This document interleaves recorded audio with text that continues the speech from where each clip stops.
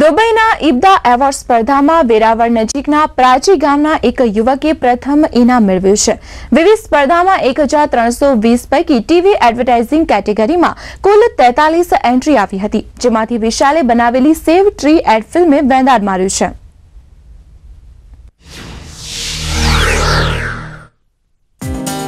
Dubai સરકાર અને કલાકારોને પ્રોત્સાહન આપવાના હેતુથી એકઠા થયેલા પ્રાઇવેટ સંગઠનોના જોડાણથી 2001માં ઇબ્દાની સ્થાપના થઈ હતી, જેનું ઉદ્ઘાટન તે સમયના વડાપ્રધાન અને દુબઈના ભૂતપૂર્વ રાજવી દ્વારા કરવામાં આવ્યું. આ સંસ્થાનો ઉદ્દેશ દુનિયાભરમાં પથરાયેલા વિવિધ ટેલેન્ટેડ વ્યક્તિઓ વચ્ચે સ્પર્ધા યોજી તેમાંથી વિજેતા ઘોષિત થયેલા સ્પર્ધકોને સન્માનિત કરવાનો છે, જે અંતર્ગત તાજેતરમાં જ સર્વશ્રેષ્ઠ એડ ફિલ્મને સન્માનિત કરવા માટેનું આયોજન કરવામાં આવ્યું હતું, જેમાં વેરાવળ નજીક આવેલા પ્રાચી ગામના વિશાલે પ્રથમ ક્રમાંક મેળવ્યો છે.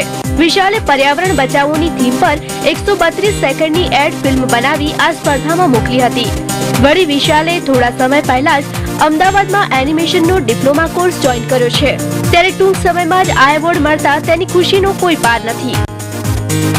એનિમેશન એકેડમી તો જોઈન 3D માટે કરી હતી, બટ અત્યારે live shoot as a film maker આટલું મોટું એવોર્ડ મને મળ્યું છે.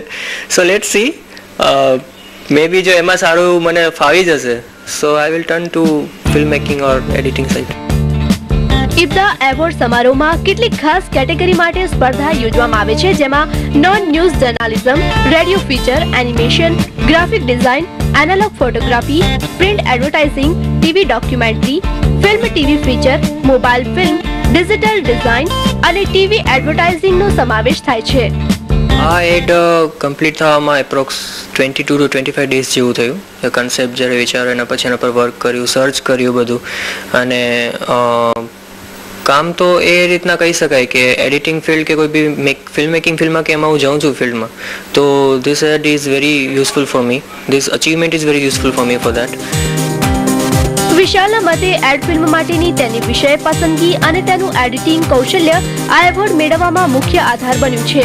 વિશાલને આ એવોર્ડ ઉપરાંત દુબઈના કોઈપણ પ્રતિષ્ઠિત ઇન્સ્ટિટ્યૂટમાં 3 મહિના ઇન્ટર્નશિપ દ્વારા તેને અભ્યાસ કરવાની પણ તક આપવામાં આવી છે.